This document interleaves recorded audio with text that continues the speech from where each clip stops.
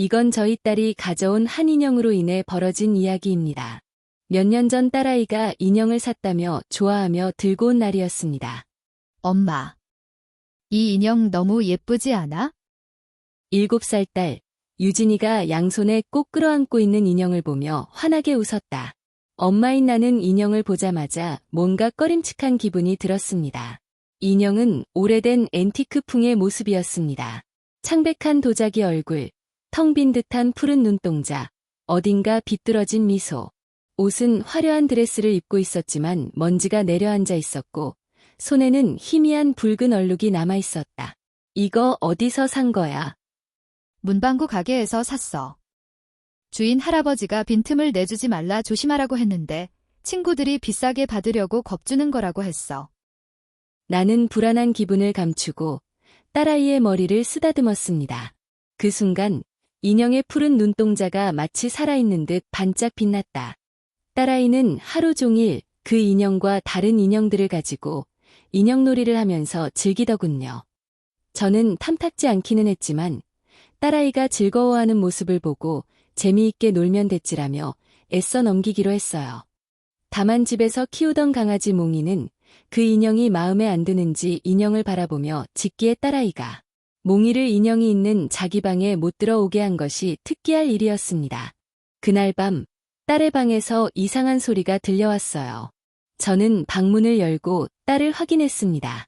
딸은 깊이 잠들어 있었지만 그 옆에 놓인 인형은 이상하게도 고개를 약간 돌린 채 문을 바라보고 있었어요.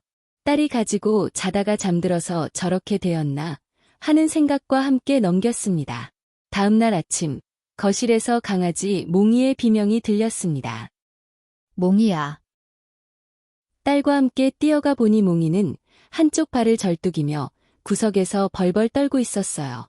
그 옆에는 인형이 쓰러져 있었고요. 이상하다. 인형이 왜 여기 있지? 딸아이는 의아해하며 인형을 다시 방으로 가져갔습니다.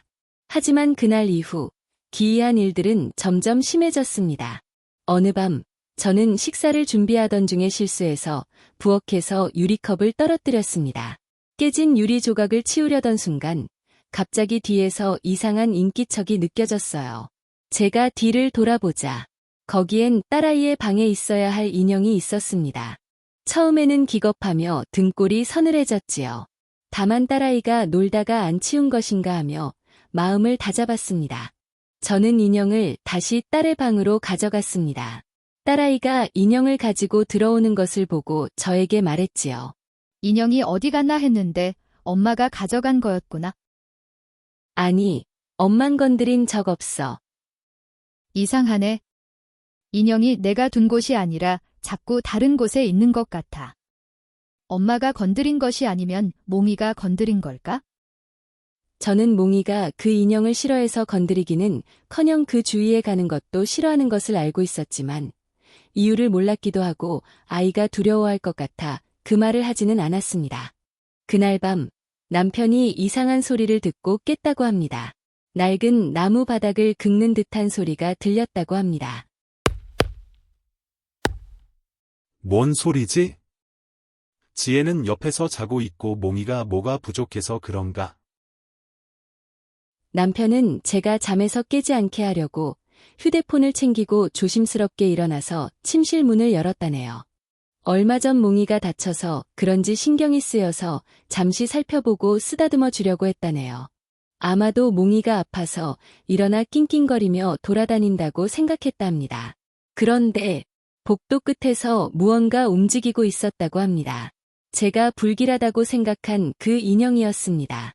그것은 마치 살아있는 것처럼 기어다니며 천천히 몸을 앞으로 밀고 있었다고 합니다. 젠장 내가 뭘 보고 있는 거지 꿈인가?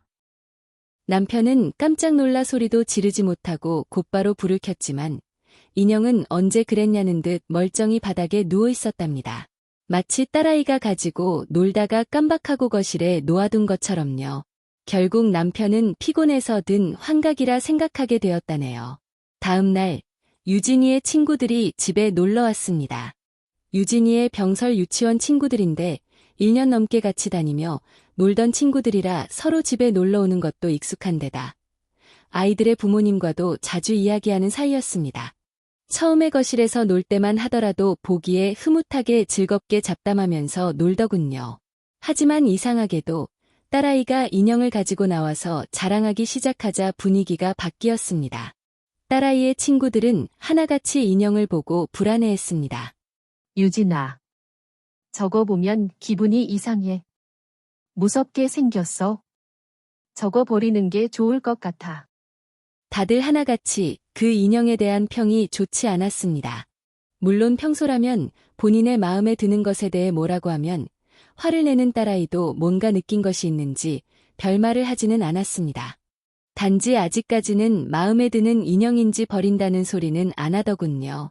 그날 밤 집에 놀러 왔다가 돌아간 유진의 친구 중 한 명이 계단에서 굴러 팔에 깁스를 하게 되었습니다. 그리고 다음 날 또 다른 친구가 갑자기 고열에 시달리다 병원에 실려갔고요. 물론 인형과 관련되어 벌어진 일은 아니고 해당 사건들이 자연스럽게 일어난 일이기에 다들 인형 때문이라고 생각하지는 않았지만 그렇게 집에 놀러온 4명이 사고를 당하자 딸은 공포에 질려 인형을 상자 안에 넣어 테이프로 봉인했어요. 그러나 다음날 아침이 되자 딸아이가 급하게 저에게 다가와 말을 걸었습니다. 엄마, 인형이 없어졌어. 내가 인형이 도망가지 못하게 상자를 꽁꽁 묶어 놓았는데. 상자를 열어보니 인형이 사라져 있었습니다. 그 순간 거실에서 쿵 하는 소리가 들려왔다. 딸아이와 제가 뛰쳐나가 보니 인형이 소파 위에 앉아 있었다. 입가에는 여전히 기묘한 미소가 떠올라 있었습니다. 공포에 질린 저희 모녀는 이 사실들을 전부 남편에게 말했습니다. 처음에는 농담을 한다며 재미있는 괴담을 듣는 것처럼 반응하던 남편도 이전의 밤의 일이 생각이 났는지 진지하게 반응했습니다. 이번 주말 결국 저희 가족들은 인형에 관련해 이야기를 나눴습니다. 이대로 두면 안 되겠어. 계속 이대로 냅두면 우리 가족의 생명이 위험할 수도 있어. 남편이 인형을 가져가 마당에서 불태웠습니다. 오랜 시간이 걸리기는 했지만 기름까지 뿌리면서 태우니 도자기 피부가 깨지고 검은 연기가 피어올랐어요. 결국은 제가 되어서 끝이 났습니다. 드디어 끝났군. 불에 타서 전부 없어졌으니 더 이상 뭔가를 하지는 못하겠지.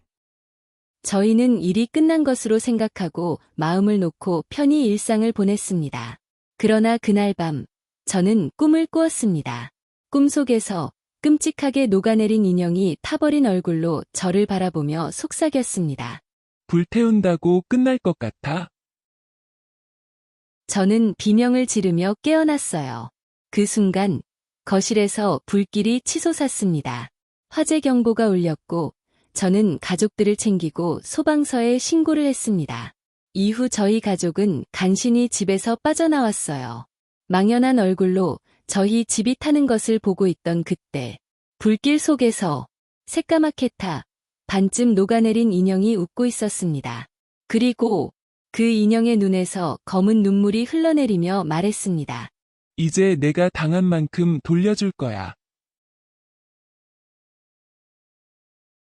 영상을 시청해주셔서 감사드리며 재미있게 보셨다면 좋아요와 구독을 눌러주시면 감사드리겠습니다.